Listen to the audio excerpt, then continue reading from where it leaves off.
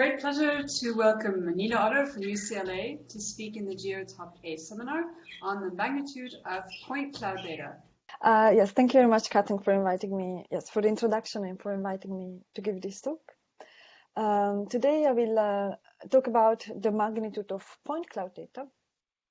I will give an overview of, so I will first introduce magnitude, and then I will give an overview of some recent work and also current joint work in progress with Miguel O'Malley, who is a PhD student at Wesleyan, and Sarah Kalisnik, who is also at Wesleyan. And so our work is about using magnitude to study data. And so the plan for the talk is to, yes, as I said, first we'll introduce magnitude, which is an isometric invariant of metric spaces. Then I will talk about magnitude homology, and then about the connection of magnitude homology with persistent homology, and finally about I will talk about some stability results of magnitude and give some examples of how we can use it to study finite metric spaces. And so the magnitude, as I said, is an invariant that was introduced by Tom Leinster around 2010. And this arose in his study of the generalization of cardinality-like invariants. And while he defined it very generally, first for categories and then enriched categories, for a finite metric space, we can give the following definition. So we put a total order on the points in the space, and then we define the matrix that has entries in the ith row and jth column to be the exponential of the negative of the distance between the 2 points. And then one defines the magnitude of this finite metric space to be the real number that is given by summing all the entries of the inverse of this matrix. Whenever this is, of course, yes, is defined. So when this matrix is invertible. And so to give some examples, we have that the magnitude of the empty space is 0, the magnitude of the 1 point space is 1, and then slightly more interestingly, if we have a metric space with 2 points at distance L, then we would be taking the inverse of this matrix, and we are summing its entry, and we obtain this. So this is 2 over 1 plus e to the minus, and then the distance between these 2 points. And then once we often are interested in not just in studying a metric space per se, but actually in studying a metric space up to a rescaling of the distances. And so one defines the magnitude function, which captures how the magnitude varies as we rescale the distances between the points. And so we positive real number t, we compute the magnitude of the rescaled space whenever this is defined. So this is a partially defined function because the magnitude might not exist for some values of t. And so, for example, to come back of the example of the 2 point space, we have that as t is 0, this would be 1, and then as t increases, it approaches asymptotically 2, which is the cardinality of the space. And so this is a very small example, but it already gives an idea that in some appropriate sense, the magnitude gives a measure of the effective number of points of a metric space. And so here you can think that the smaller t is, the more this looks like a 1 point space, and then the more we increase t, the more this would look like a 2 point space. And so yes, more generally, we have that for arbitrary finite metric spaces, the values of t for which the magnitude function is not defined are at most, we have most finitely many such values of t. And in the limit, the magnitude function gives the cardinality of the set, and also for when t is sufficiently large, the magnitude function is increasing in t. And based on this and other properties, one can think of this magnitude function, and so yes, other properties which one can find in this reference in Lancer's paper, as capturing the effective number of points of a space. And so, right, so in general, the magnitude function can be very badly behaved, and this is the smallest example of metric space that exhibits bad behavior, because it is known that the magnitude exists for all 2, 3, and 4 point spaces, and so this is the metric space with 5 points that is obtained from this bipartite graph by computing with distances given by computing shortest paths between the points. And here we have that for this value of t, the function is not defined, and furthermore it is decreasing in this range, and here it takes on values that are larger than the cardinality of the space. And so in general, one is interested in studying classes of spaces for which the magnitude has properties that are similar to properties that one would expect for a cardinality-like invariant. And such a class of spaces is given by positive definite spaces. So these are spaces for which the matrix is positive definite. And for such spaces, we have that the magnitude function is defined for all values of t. It is non-negative, in particular it is greater or equal than 1. And one also has that the magnitude of a subspace is smaller than the magnitude of the whole space. And again, this would be a property that one would expect a reasonable cardinality-like invariant to satisfy. And examples of such spaces are, for example, finite subsets of Euclidean spaces or finite subsets of real and complex hyperbolic spaces, and so on. And we'll actually come back to this first type of examples later, because these are also, yes, these, as you can imagine, these are types of spaces that we would want to study, for example, in data analysis. And yes, finally, so I have defined magnitude for finite metric spaces, but one can actually also extend the definition for compact metric spaces. There are several ways to do this, and they have all been shown to be equivalent in an appropriate sense. So one way to extend the definition is to, so for compact metric spaces for which all finite subsets are positive definite, one defines the magnitude to be the supremum of the magnitudes of these finite subspaces. And one can do this because the magnitude function is lower semi-continuous with respect to the Gromov-Hausdorff distance on the set of compact metric spaces. And so yes, and so some examples are yes, the magnitude of a closed interval of length L is half of the length plus 1, and the magnitude of a circle of circumference L is half of the circumference plus a polynomial function in L that vanishes as L goes to infinity. And so these examples and many properties of and results about the magnitude have been yes, are discussed in this survey paper by Lancer and Meckes from 2017, in which they give an overview of the state of the art of the field until then. So this is if you're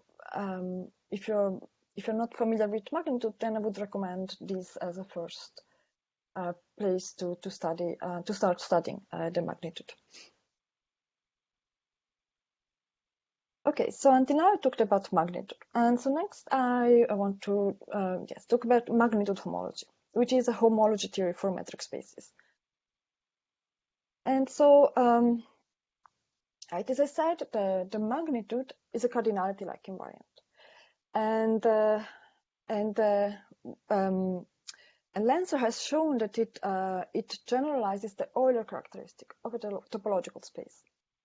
And so, given a topological space, we define its Euler characteristic to be the alternating sum of the rank of its singular homology groups, whenever this sum is well defined. And for example, for a CW complex, we can also express the Euler characteristic as being the alternating sum of the number of the cells in a given dimension. And one says that, so here we have the Euler characteristic is a number on the left-hand side, and on the right-hand side we have an alternating sum of, of the ranks of the homology groups. And so one says that the homology, singular homology, categorifies the Euler characteristic, because this relationship gives us a way to pass from a number associated to its space to a functor, to a homology theory. And so since the magnitude is also cardinality-like invariant and generalizes the Euler characteristic, a natural question is whether there is a homology theory for metric spaces that is related in a similar way to the magnitude. And this question was answered in the affirmative first in 2015 by Heppert and Willerton for metric spaces associated to graphs. And then in 2017, Lenzer and Schulman introduced a homology theory for metric spaces that, in the case of finite metric spaces, categorifies the magnitude. And so to give a bit more detail about what they do is they define what they call the magnitude homology chain complex. So they consider this chain complex, which in degree n is the graded abelian group graded by the non-negative reals, and in which in degree L is given by the free abelian group on ordered tuples of points in the space, so that the sum of the distances between the points while respecting this order is L. So one can think of this as giving the length of such an ordered tuple. And so we are taking the free abelian group on the ordered tuples so that their length is L. And then they define the boundary maps, which are given by taking alternating sums of maps that are defined as follows. So we have that we are sending an n tuple to an n-1 tuple if by dropping the ith entry, we are not changing the length of the tuple. Or in other words, if we have that the triangular inequality is a strict equality. And and we are sending such a tuple to 0 otherwise. And so, yes, when this triangular inequality is a strict inequality, then we would be sending such a tuple to 0. And yes, and similar for the maps for the zero tuple, for the zeroth entry in the tuple and the entry in the tuple.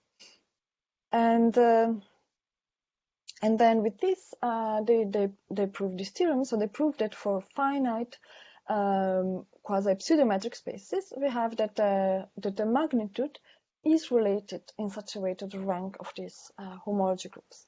And so yes, here we have quasi-pseudometric spaces because they prove this more generally. So they introduced a homology theory for rich categories, and so at that level of generality, we would have that. Yes, that they would be considering quasi-pseudometric spaces, and so yes, so this homology theory that was introduced by Lenzer and Schulman gives an answer to this question for finite metric spaces. But it has actually been shown to not be the right categorification for arbitrary metric spaces, because this homology theory that was introduced by them has been shown to, for example, for convex subsets of Euclidean space, that's been shown to be trivial in degrees greater than 0. And on the other hand, we know that magnitude actually encodes many isometric invariants of such subsets, and therefore it can't be the right categorification for. Is that this homology theory as I had explained, captures, one can think of it as capturing when the triangle inequality is a strict equality. And so at the end of their paper, Lancer and Schulman asked a series of open questions, and two of these were whether there is a version of magnitude homology that would also notice when the triangle inequality is not necessarily a strict equality, so what they call the blurred version.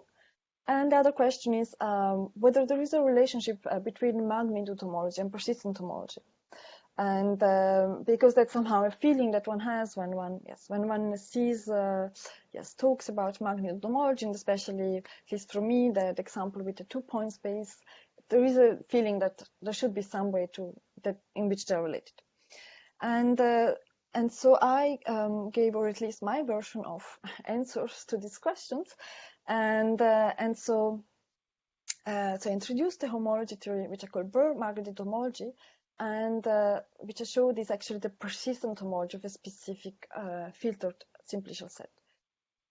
And so I'm going to next briefly talk about this, and I think this connection is also interesting because recently Gerfch and Hepworth have, building on this connection, have introduced new invariants for persistent homology. So I think it's a connection that is, let's say, can, let's say, yield new results, and therefore I think it's can be very interesting.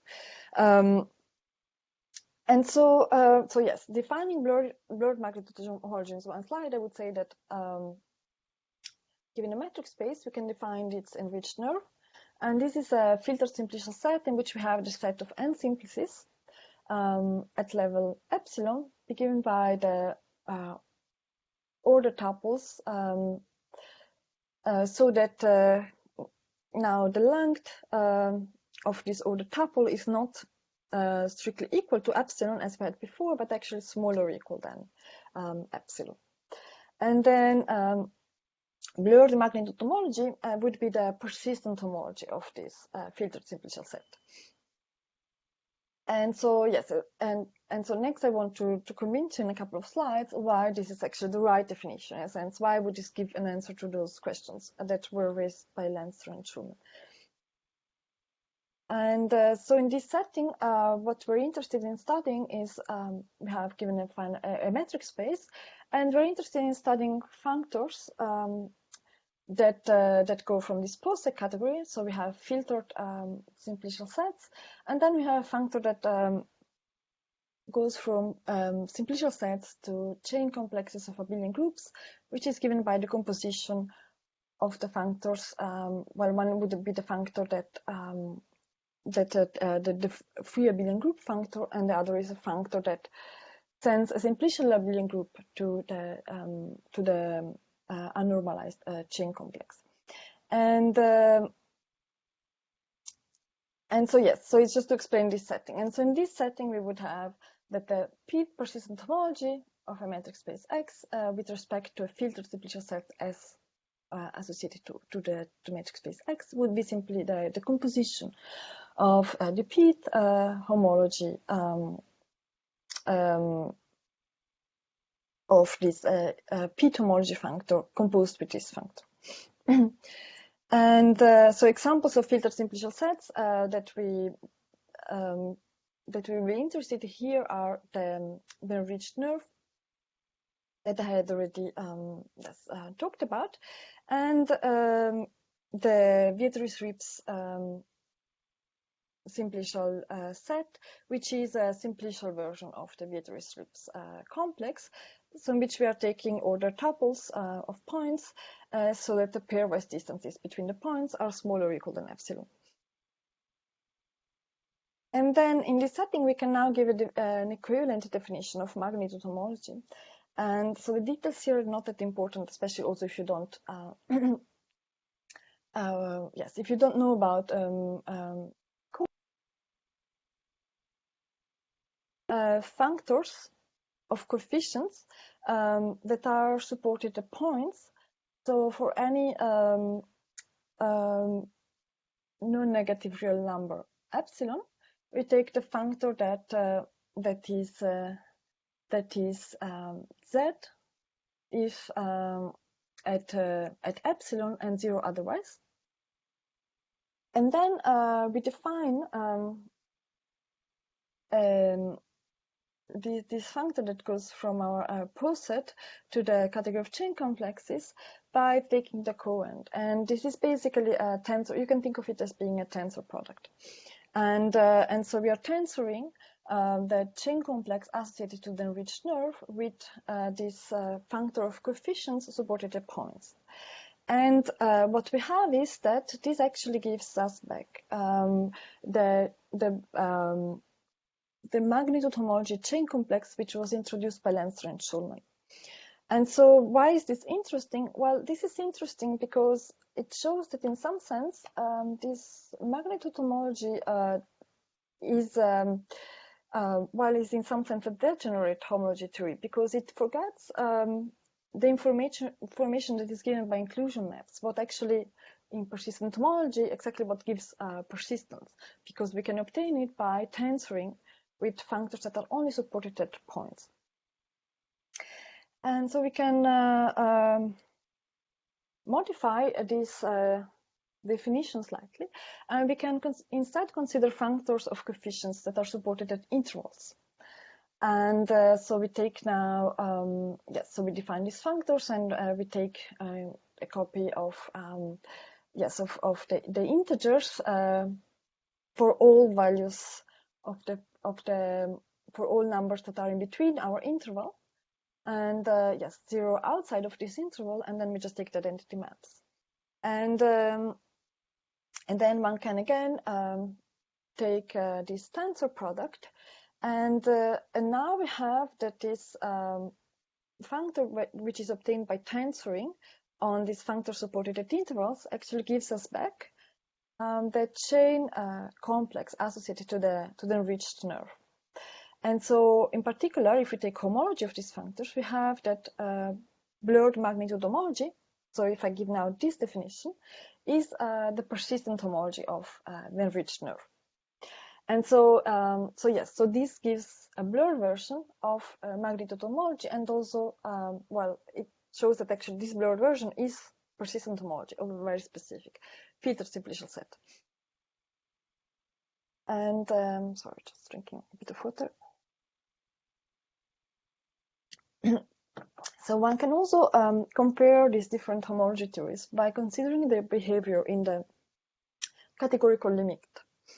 So the Vietoris-Rips complex, which is very widely used in data, in topological data analysis, was first introduced by Vietoris in his work of almost 100 years ago, which introduced Vietoris homology, and so he defined this what is called Vietoris-Rips complex to define a homology theory for compact metric spaces.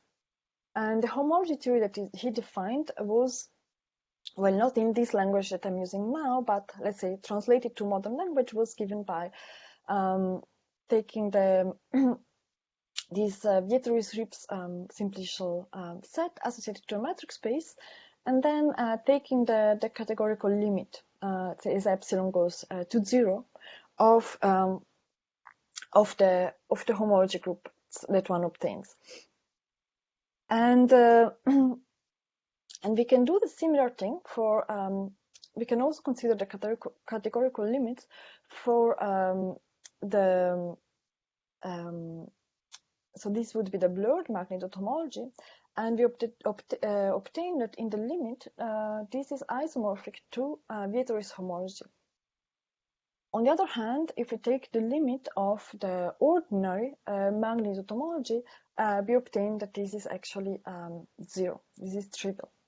And so, yes, so this is another way to see that, in some sense, this ordinary magnitude homology theory is degenerate in some sense. On the other hand, blurred magnitude homology gives us back Vietoris homology. And so yes, the last thing I want to say about this connection is the persistent wanted to briefly talk about persistent magnitude, which is an invariant, new invariant for persistent homology that was introduced by Gaussian and Hepworth. So they showed that, first they showed that the magnitude of a finite metric space can be recovered. So here we have the magnitude on the left-hand side, can be recovered from the barcode of blurred magnitude homology. So, so this is what they call BMH, is blurred magnitude homology. And so they consider, yes, the case in which we have a barcode with, for each homology degree, we would have these bars, and then we can recover the magnitude of the rescaled finite metric spaces by taking this sum. So this would be the homology degrees k, and this would be, we are summing over all the intervals in the barcode, and then we are taking the exponential here to the minus the left end point of a bar times t, and here it's e to the minus the right end point of a bar times t. For t sufficiently large, yes. This is yes, is also important. That it's an asymptotic result.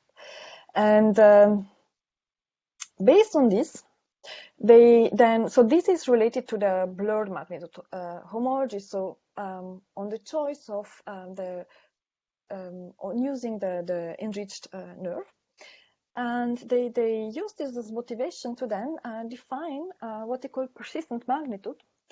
For example, the WIPS, what they call the WIPS magnitude, is obtained by considering instead the Vietri-Strips Simplicial complex, and again one would then take such a sum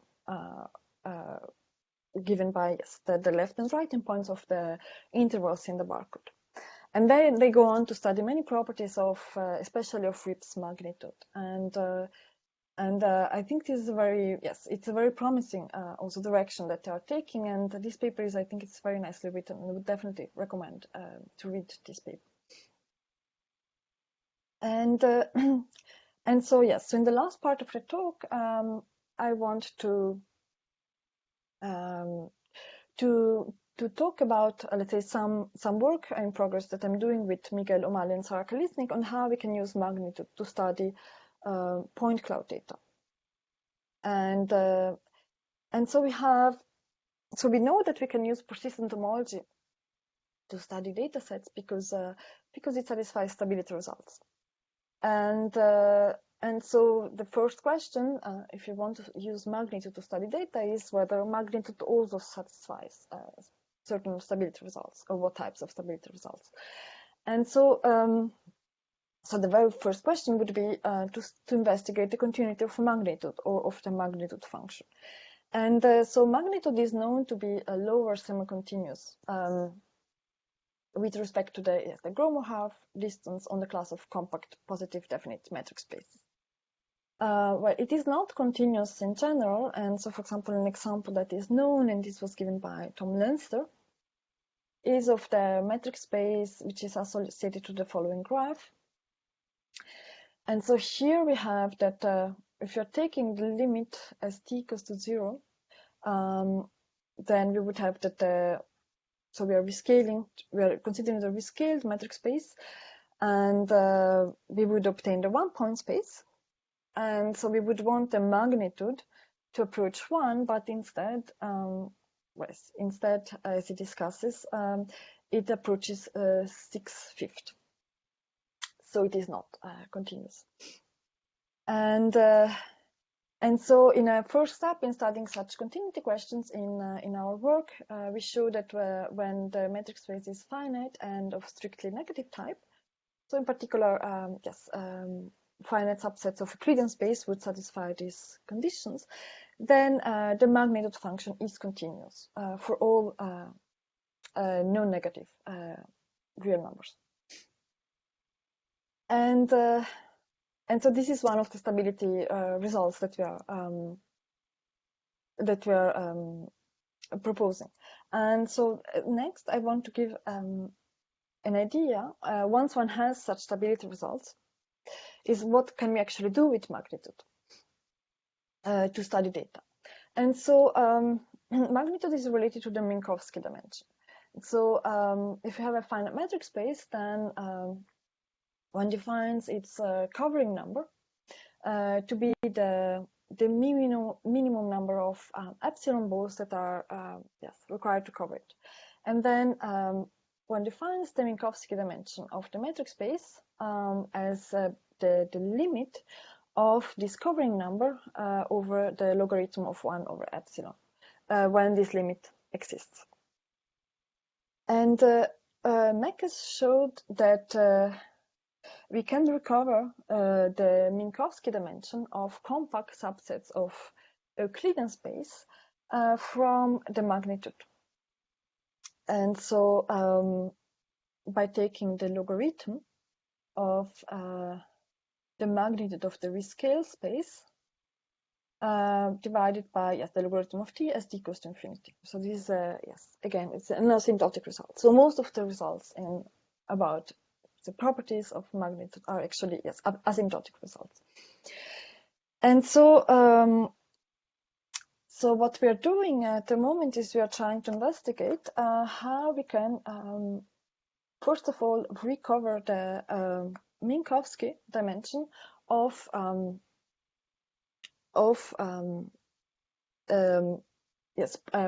point clouds sampled from data sets such as, for example, the Kroc snowflake, for which the Minkowski dimension is known to be logarithm of 4 over logarithm of 3. And so what we have here, what you see is, we have the Kroc snowflake. So we have points sampled from the Kroc snowflake, and I think it's 5,000 points in each of these plots, and we have increasing depth, and we decided to keep the points the same number, just because we are then also normalizing what we obtain here according to the cardinality of the set. So what you see here is the plot of this quantity. So the logarithm of the magnitude of the rescale space divided by the logarithm of t. And so here we have, this is the curve that corresponds to the first step, and here the curve to the second and to the third, and so on. And so you see that these approaches, right? So we are interested now as t goes to to infinity. So we are interested in we wish to recover, let's say, the Minkowski dimension from the asymptotic limit behavior of these curves. And of course, this depends on the sample, right, that we're taking.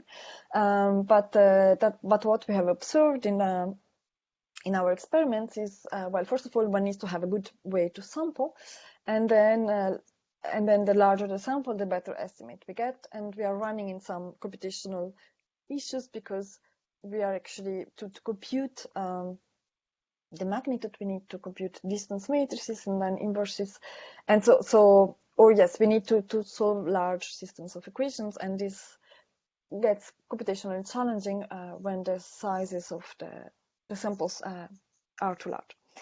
And so we are also trying to address this. And so another example, so yes, on one hand, we're trying to say this is one of the data sets that is more sanity check, because we would like to see that we actually recover the Minkowski dimension that we know. And on the other hand, we can more interestedly then try to use this to either get heuristic confirmations of conjectured Minkowski dimensions, or so for example, as in this case, self-avoiding two-dimensional random walks have a Minkowski dimension that is conjectured to be 4/3. And so what you see here is, here we have a random, we are taking an increasing number of steps of the same random walk. So here we have 12,000 steps, here 14, 16, 18,000, and 20,000 steps. And And again, we're plotting the logarithm of the magnitude function divided by the logarithm of t. And so as you see here, we have, this is the one associated with the first and the second, the third, the fourth. So the fourth you see is actually, well, yes, it's like, it seems to be doing something that we would not expect it to do. This is due to the fact that we would actually want to consider, first of all, of course, we have, here we also have the, let's say, the randomness to take into account, but what happens here, if you look at this, it is here the random walk is somehow folding on itself. And so we have actually more, here we have more points, but the diameter of the space is not increasing. And so what we're actually doing here, we are normalizing both by the diameter of the space and also the number of points. So that's why this looks like this. But this would be this behavior that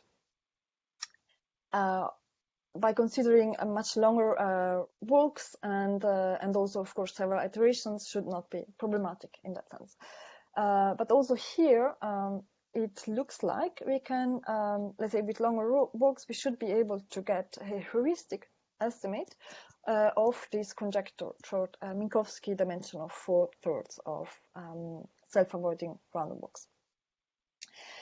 And so yes, so with this I will just conclude my talk with some, maybe just mentioning some open questions. So one is, as I mentioned, this ordinary magnitude homology theory is actually known to not be the categorification of magnitude for arbitrary metric spaces, and so there is the question whether blurred magnitude homology might be the right definition, might be the categorification. And then maybe, first let me mention the third question is something that we are doing at the moment is, and this is also related to the example I gave of the self-avoiding random walks, is whether we can use magnitude to classify real-world data sets that are known to have self-similar properties. And so a current collaboration that we have started is we are using this to try to classify snowflakes, and we're also planning to study the growth of fungi, which is also, they're also known to grow, to have the growth of fungi is also known to have some self-similar properties. And so I think that this can be a very promising, let's say, area of application for magnitude. And related to 3, and I should also, somehow I think should have been clear also from the examples I gave of applications, is of course to make this, to classify, maybe we, so we want to study,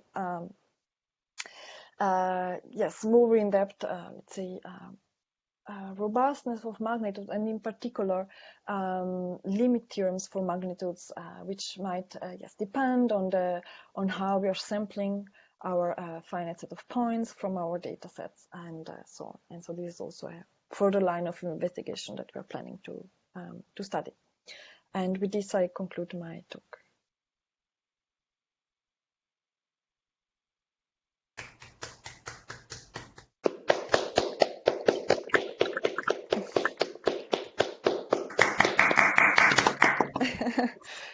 Thank you. Thanks for a very nice talk, Nina.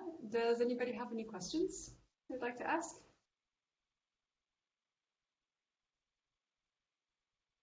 So maybe I'll start by asking, what was the motivation for choosing that particular definition of blurred magnitude homology?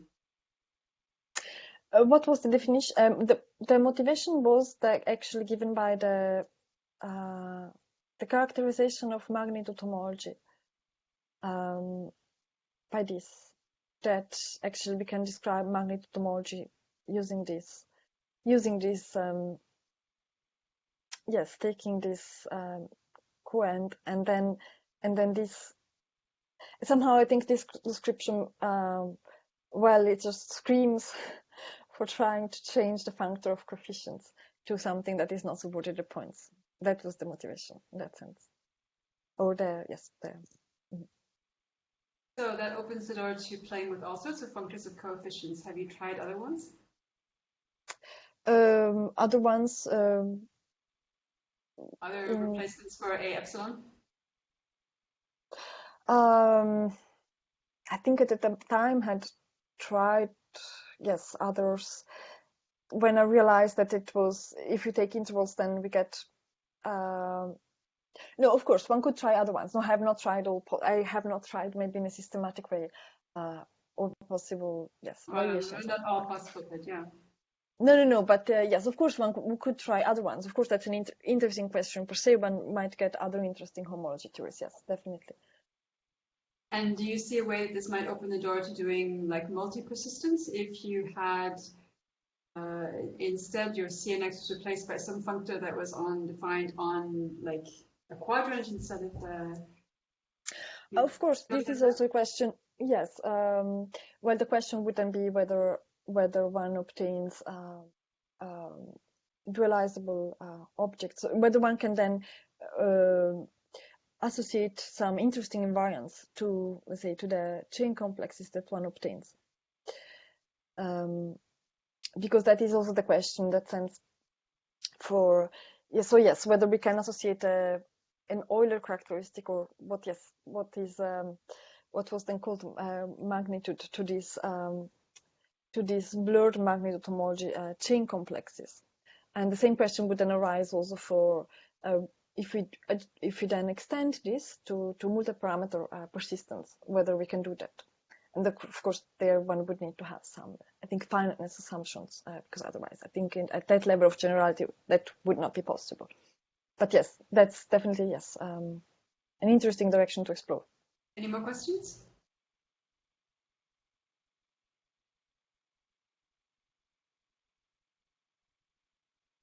If not, then I suggest that we thank Nina for a very nice talk, really exciting perspectives, and yeah, wish everybody a good weekend.